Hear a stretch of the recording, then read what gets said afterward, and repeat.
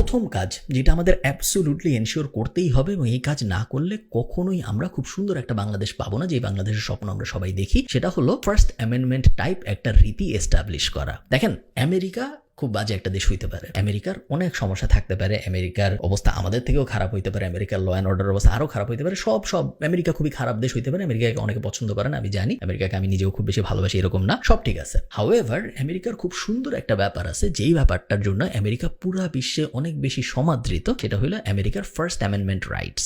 1971 সালে যখন আমাদের মুক্তিযুদ্ধ হয়, তখন আমেরিকা তাদের সংবিধান সংশোধন করে ফার্স্ট অ্যামেন্ডমেন্ট রাইটস বলে একটা ব্যাপার ইনক্লুড করে, এবং এটা একদম ঐতিহাসিক একটা ব্যাপার, কারণ এই ফার্স্ট অ্যামেন্ডমেন্ট রাইটস আমেরিকান সাধারণ মানুষকে একটা স্পেসিফিক পাওয়ার দেয়, যে পাওয়ারটা আমাদের মতো মানুষদের জন্য খুব বেশি দরকার। ফার্স্ট অ্যামেন্ডমেন্টে আমেরিকার সরকার 5টা ব্যাপার আমেরিকার সাধারণ সিটিজেনদের জন্য এনশিওর করে, যে 5টা ব্যাপার আমার মতে বাংলাদেশের মানুষদের জন্য অত্যন্ত অত্যন্ত জরুরি, এবং এই ফার্স্ট অ্যামেন্ডমেন্ট ব্যাপারটা যদি আমরা এনশিওর করতে পারি আমাদের সংবিধানে, তাহলে আমাদের 99% প্রবলেম অটোমেটিক্যালি সলভ হয়ে যাবে। সো ফার্স্ট অ্যামেন্ডমেন্টের 5টা ব্যাপার কি কি? 1 নম্বর ব্যাপার ফ্রিডম অফ রিলিজিয়ন। এই ব্যাপারটা বাংলাদেশে অলরেডি আছে, সো এটা নিয়ে তেমন কোনো কাজকর্ম করার দরকার নেই। ফ্রিডম অফ রিলিজিয়নের মেইন বক্তব্যটাই হইল যার যে ধর্ম সে তার ধর্ম শান্তিপূর্ণভাবে পালন করবে, কেউ অন্যজনকে যায় তার ধর্ম পালন করতে বাধা দিবে না, কেউ এসে বলবে না যে তুই এই ধর্ম কেন পালন করিস, তোর তো আমার ধর্ম পালন করতে হবে, এরকম কোনো ব্যাপার থাকবে না, যেটা বাংলাদেশে অ্যাকচুয়ালি অলরেডি আছে। এটা নিয়ে আমাদের তেমন কোনো অনেক জটিল কাজকর্ম করতে হবে এরকম না। সৃষ্টির শুরু থেকে বাংলাদেশ গত 55-60 বছরে খুব নর্মালি কিছু কিছু ব্যাপার বাদ দিলে যে যার ধর্ম পালন করে আসতে পেরেছে। Second, freedom of press. আপনারা জানেন প্রেসকে বা সাংবাদিকতা এই ব্যাপারটাকে অনেক সময় বলা হয় গণতন্ত্রের মূল স্তম্ভগুলার একটা। আমরা কেন যেন এটা ভাবি যে সাংবাদিকতাকে বা সাংবাদিকদের বা প্রেসকে যদি আমরা ফ্রিডম দেই, তার মানে হইল সরকার অপরাধ করবে। সাংবাদিকতার যে সাংবাদিকদের যেহেতু ফ্রিডম আছে, তো সাংবাদিকরা এখন এই অপরাধগুলো খুঁজে খুঁজে বাইর করে রিপোর্ট বানায় জনগণকে দেখাবে যে দেখো তোমাদের সরকার কত খারাপ। ব্যাপারটা কিন্তু অ্যাকচুয়ালি ওইরকম না। আপনি যখন প্রেসকে ফ্রিডম দিবেন, প্রেসের যখন স্বাধীনতা থাকবে, তখন প্রেস পুলিশের ভিতরে দুর্নীতি আছে নাকি খুঁজে বের করবে, সরকারের ভিতরে দুর্নীতি আছে নাকি খুঁজে বের করবে, সাধারণ জনগণের ভিতরে দুর্নীতি আছে নাকি খুঁজে বের করবে, সরকারি অফিসে তো দুর্নীতি আছে নাকি খুঁজে বের করবে, বেসরকারি অফিসে দুর্নীতি আছে নাকি খুঁজে বের করবে। প্রেস একটা পুলিশ টাইপের কাজকর্মই করে, এবং এই কারণেই প্রেসকে রাষ্ট্রযন্ত্রের খুব একটা অবিচ্ছেদ্য ইম্পর্টেন্ট অংশ হিসেবে ধরা হয়, এবং তাদের ফ্রিডমটা খুব বেশি জরুরি। এই যে ভুল ধরায় দেওয়ার ব্যাপারগুলা, প্রেস যখন ফ্রিডম নিয়ে কাজ করে এবং তারা যখন সরকারকে যায় ফর এক্সাম্পল বলে যে পাসপোর্ট অফিসে তো ঘুষ হচ্ছে, এই বলার ব্যাপারটা, এই ধরায় দেওয়ার ব্যাপারটা আসলে সরকারকেই হেল্প করে ওই ব্যাপারটা ফিক্স করায়, যাতে সরকারের উপরে জনগণ আরো হ্যাপি হয়। সো প্রেসকে আপনি যদি ফ্রিডম দেন, হ্যাঁ শর্ট টার্মে মনে হইতে পারে যে ও তো আমার এই দোষ দেয়, ও তো আমাকে নিয়ে খারাপ খারাপ কথা বলে, বাট লং টার্মে ও আসলে আপনাকে ভালোভাবে গভর্ন করতেই হেল্প করে, এবং এই কারণেই ফ্রিডম অফ প্রেস খুব খুব খুব বেশি জরুরি। Third, right two assemble. আমেরিকার এই ফার্স্ট অ্যামেন্ডমেন্ট রাইটে বলা হয়েছে যে আপনার যদি কোনো দাবি থাকে, আপনি সেই দাবি পেশ করার জন্য অ্যাসেম্বল করতে পারেন, আপনার প্রোটেস্ট করার রাইট আছে, এবং এই দাবি যেই দাবি হোক ম্যাটার করে না। আপনারা জানেন, আপনারা অনেক সময় দেখছেন যে আমেরিকা ফ্ল্যাট আর্থ নিয়ে কনভেনশন হয়, যে দুনিয়া আসলে গোল না, দুনিয়া ফ্ল্যাট, এবং এই বিষয়ে যারা একমত তারা বিশাল হয়ে কনভেনশন করে, তারা অনেক সময় সরকারকে দাবি জানায় যে দুনিয়া গোল না, দুনিয়া ফ্ল্যাট, এটা মেনে নিতে হবে আপনাদের। তাদের উপর কিন্তু ধরপাকড় হয় না। এটা খুব আজব একটা ধারণা এটা, বা রিলিজিয়নের ক্ষেত্রে সায়েন্টোলজি একটা রিলিজিয়ন হিসেবে আমেরিকা চালায়, এগুলো সবই খুব আজব আজব এক্সাম্পল হইতে পারে, বাট ওই যে ফার্স্ট অ্যামেন্ডমেন্ট, আমেরিকার সরকার বলে না যে দূর তুই যা এখান থেকে। আমেরিকা বলে যে না, তোমার রাইট আছে অ্যাসেম্বল করার, তোমার রাইট আছে তোমার দাবি দেওয়া পেশ করার, দাবি দেওয়া যত আজগুবি হোক ম্যাটার করে না, তাও আমরা তোমার উপরে গুলি করবো না, তাও আমরা তোমার পুলিশ দিয়ে মারবো না, তাও আমরা তোমার উপরে মামলা দিব না, কারণ সবার রাইট আছে যার যার দাবি পেশ করার এবং অ্যাসেম্বল করার। অ্যামেন্ডমেন্টের 4 নম্বর ধারা যেটা, সেটা হলো right two petition. Right two petition মানে হলো অফিসিয়ালি বা ফর্মালি আপনি যদি সরকারের কোনো কাজে বা সরকারের কোনো এমপির কোনো কাজে যদি আপনি খুশি না হন, এবং আপনার যদি মনে হয় যে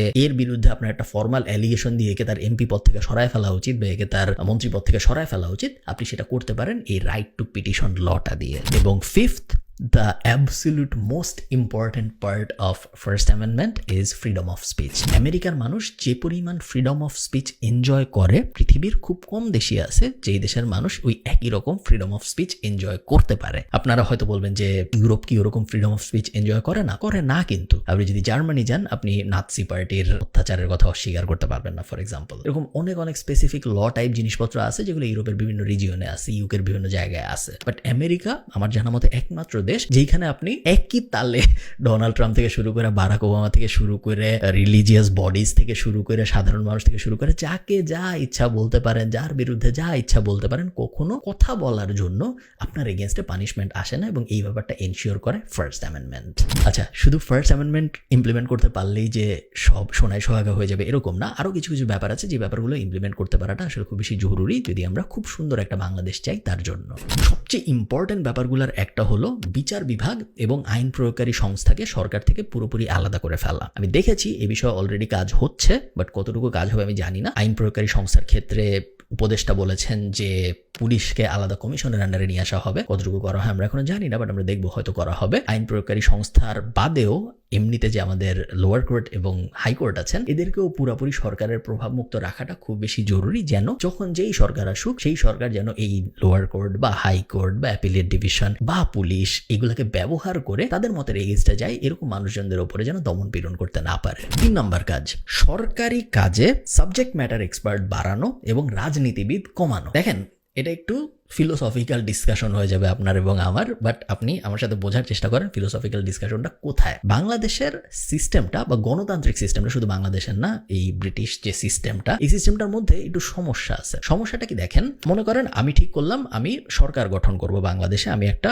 পার্টি নিলাম, মাকলু পার্টি। এই মাকলু পার্টি বাংলাদেশের নেক্সট ইলেকশন লড়বে। তো বাংলাদেশে 300 আসন আছে, 300 আসনের প্রত্যেকটায় আমি আপনাদের মধ্যে থেকে যারা আমার সাবস্ক্রাইবার আছে তাদেরকে একজনকে এক একটা আসন দিলাম যে যান আপনি এখন নোয়াখালী 1 আসনে বসেন, আপনি নোয়াখালী 2 আসনে বসেন, এবং তারপরে আমরা পুরো দেশে একটা ক্যাম্পেইন করলাম যে সবাই মাকলু মার্কায় ভোট দিন। মনে করেন আমরা জিতলাম, ধরেন আমরা 300 আসনই পাইছি, আমাদের কোনো অপোজিশন দাঁড়াইতে পারেনি, আমরা সবাই মিলেই পুরো একচ্ছত্র অধিপত্য আমাদের সংসদে, আমরা সবাই 300 আসনের 300 আসনই আমাদের, ঠিক আছে। সো 300 আসন যখন আমি পেলাম এবং আমি যখন সরকার ফর্ম করলাম, আমি তো হইলাম প্রধানমন্ত্রী তাইলে ওই সরকারের। তো এই প্রধানমন্ত্রী যখন আমি হলাম, এখন আমার সরকার চালানোর জন্য কি লাগবে? সরকার চালানোর জন্য এখন আমার লাগবে মন্ত্রী, সরকার চালানোর জন্য এখন আমার লাগবে প্রতিমন্ত্রী। তো এই মন্ত্রী এবং প্রতিমন্ত্রী আমি কোথা থেকে সিলেক্ট করব? মন্ত্রী এবং প্রতিমন্ত্রী সিলেক্ট করার জন্য আমার হাতে অপশন 2টা। বাংলাদেশ সংবিধান অনুযায়ী আমি টেকনোক্র্যাট মন্ত্রী নিতে পারি কিছু। তো মনে করেন কথার কথা, আমার মনে হইল যে সড়ক ও যোগাযোগে আমার একটা ভালো মন্ত্রী দরকার যে সড়ক ও যোগাযোগ খুব বুঝে। এখন আমি আপনাদের সবার দিকে তাকাইলাম যে 300 জন আপনারা জিতছেন, 300 জনের দিকে তাকাই আমি দেখলাম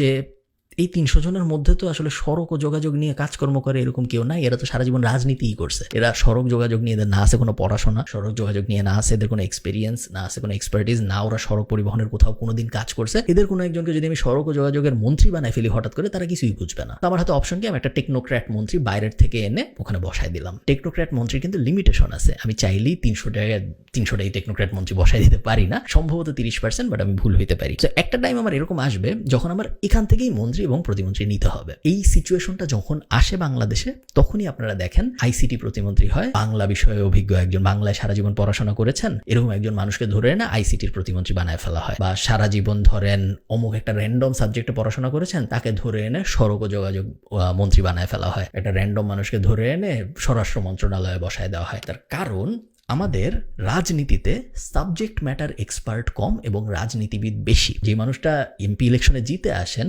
বাংলাদেশে, আওয়ামী লীগ হোক, বিএনপি হোক, অন্যান্য যে কোনো পার্টি হোক, তার কোনো একটা সাবজেক্ট ম্যাটারে এক্সপার্ট হওয়ার চান্স খুব কম এবং তার রাজনীতিবিদ হওয়ার চান্স খুব বেশি। এবং যখন এভাবে 300 আসন থেকে 300 রাজনীতিবিদ উঠে আসেন এবং সাবজেক্ট ম্যাটার এক্সপার্টরা তো আসলে রাজনীতি করবে না, তারা তো তাদের ক্যারিয়ারে বিজি, তারা তো তাদের লাইফে বিজি। সো তারা যখন তাদের ক্যারিয়ারে বিজি, তারা যখন লাইফে বিজি, তখন যে ভ্যাকিউমটা, ওই ভ্যাকিউমটা কে ফিল আপ করবে? এমন মানুষ ফিল আপ করবে যাদের আসলে তেমন কোনো কাজকর্ম নাই। এমন মানুষ যখন রাজনীতিতে আসবে এবং এমন মানুষ যখন এমপি ইলেকশন করে জিতবে, তারপরে সে যখন যে মন্ত্রী হবে, প্রতিমন্ত্রী হবে, তখন তাহলে আমরা এই ডিভিশনগুলার উপরে এমন মানুষকে বসাই দিলাম, সে আসলে ওই বিষয়ে তেমন কিছু জানে না। হ্যাঁ, তার সরকারি গভর্নেন্স সিস্টেম আছে, তার আমলাতন্ত্র আছে, সে সবকিছু চালাইতে পারে। বাট আপনি চিন্তা করেন, মনে করেন আপনি একটা আইটি কোম্পানি চালান। এখন আপনার আইটি কোম্পানিতে আপনি একজন মানুষকে হায়ার করবেন। আমি আপনাকে বললাম আপনার হাতে 2টা অপশন। গত 20 বছর ধরে জনগণের জন্য অনেক কাজ করছে এরকম একজন মানুষকে আপনি আইটি কোম্পানিতে নিতে চান, নাকি গত 20 বছরে আইটি বিষয়ে পড়াশোনা করছে, আইটি বিষয়ে একটা কোম্পানিতে চাকরি করছে, আইটি বিষয়ে একটা কোম্পানি চালাইছে, আইটি বিষয়ে এক্সপার্টিস আছে এমন একটা মানুষকে আপনার কোম্পানিতে সিইও বানাইতে চান? জনগণের জন্য কাজ করা অনেক ভালো, বাট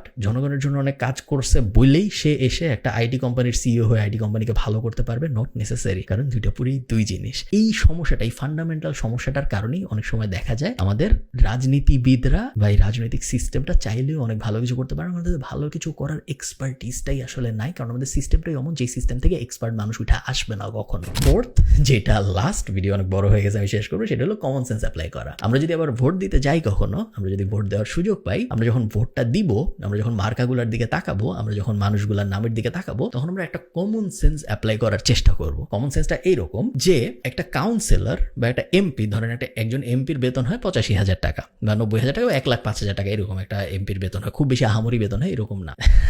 আমি ছোটবেলায় জিটিএ ভাইস সিটি খেলতাম। জিটিএ ভাইস সিটি অনেক পপুলার ছিল এবং এটা একটা গেম, আপনারা যারা জানেন না, জিটিএ ভাইস সিটি বেশ পপুলার একটা গেম। তো জিটিএ ভাইস সিটিতে চিট কোড দিয়ে পুলিশ থেকে বাঁচা যাইতো এবং অ্যাম্বুলেন্স নিয়ে আসা যেত। তো অনেক সময় অ্যাম্বুলেন্সের ড্রাইভার হিসেবে আমি জিটিএ ভাইস সিটিতে খেলতাম, যে আমার কাজই ছিল আমি অ্যাম্বুলেন্স চালাবো এবং যারা রাস্তাঘাটে অসুস্থ অবস্থায় পড়ে আছে তাদেরকে উঠায় হসপিটালে নিয়ে আসবো, এবং প্রত্যেকবার একজন অসুস্থ রোগীকে হসপিটালে নিয়ে আসতে পারলে আমাকে $5 বা $10 এরকম দেওয়া হতো, গেম কারেন্সি, অ্যাকচুয়াল কারেন্সি না। তো মানুষ অসুস্থ হইতো, অ্যাম্বুলেন্স চালায় যাইতাম রাস্তা দিয়ে, যাওয়ার পথে আমি 4-5 জনকে মেরে যাইতাম এবং একজনকে ঠিকই বাঁচাইতে যাচ্ছি, বাট এত রাফলি চালাইতাম গেমের মধ্যে যে ওই একজনকে বাঁচাইতে যে 4-5 জনকে মেরে ফেলতেছি, এবং তারপরে একজনকে ঠিকই আমি হসপিটালে নিয়ে আসতাম। তারপর আবার দেখতাম যে যাদেরকে আমি মেরে গেছি তাদেরকে পরের মিশনে আনতে বলতেছে হসপিটালে। এই জিনিসটা আমি এই কারণে বলতেছি, তার কারণ যদি আপনি দূরের থেকে দেখেন জিনিসটা, তাহলে আপনার মনে হবে যে ও কত ভালো, ও একজন অ্যাম্বুলেন্স চালক, ও অসুস্থ মানুষকে হসপিটালে নিয়ে আসতেছে, ও তো ভালো, ও একজন ভালো মানুষ, ওরই আমি ভোট দিব। আপনি যদি একটু কাছের থেকে দেখেন তাহলে আপনি দেখবেন যে হ্যাঁ,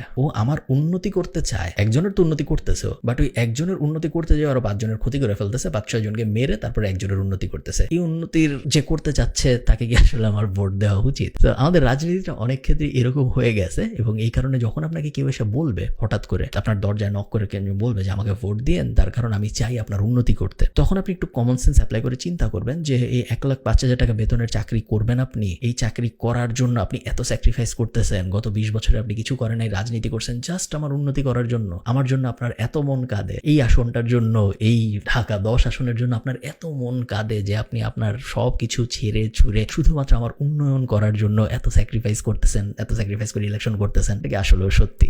বেশিরভাগ সময় এটা আসলে সত্যি হয় না। বেশিরভাগ সময় মানুষ আমাদের উন্নতি করার জন্য ইলেকশন করে না, বেশিরভাগ সময় মানুষ ইলেকশন করে তাদের উন্নতি করার জন্য, এবং বেশিরভাগ সময় মানুষ ইলেকশন করে পাওয়ারের জন্য। কারণ আমরা ম্যাসলোর হায়ারার্কি অফ নিডস থেকে দেখেছি, power is the ultimate win. পাওয়ারের উপরে আর কিছু নেই। আপনার যত টাকাই থাকুক, আপনার যাই থাকুক নাই থাকুক, আপনি যতদিন পাওয়ার না পাচ্ছেন ততদিন পর্যন্ত আপনি আলটিমেট অ্যাচিভার হইতে পারেন না, এবং এই কারণেই মানুষজন রাজনীতি করে। এই ভুল ধারণাটা থেকে আমাদের বেরোইতে হবে যে মানুষজন আমাদের উন্নয়নের জন্য রাজনীতি করতেছে। ভালো থাকেন সবাই, সবার সাথে আমার দেখা হবে পরের কোনো একটা ভিডিওতে। দাদা।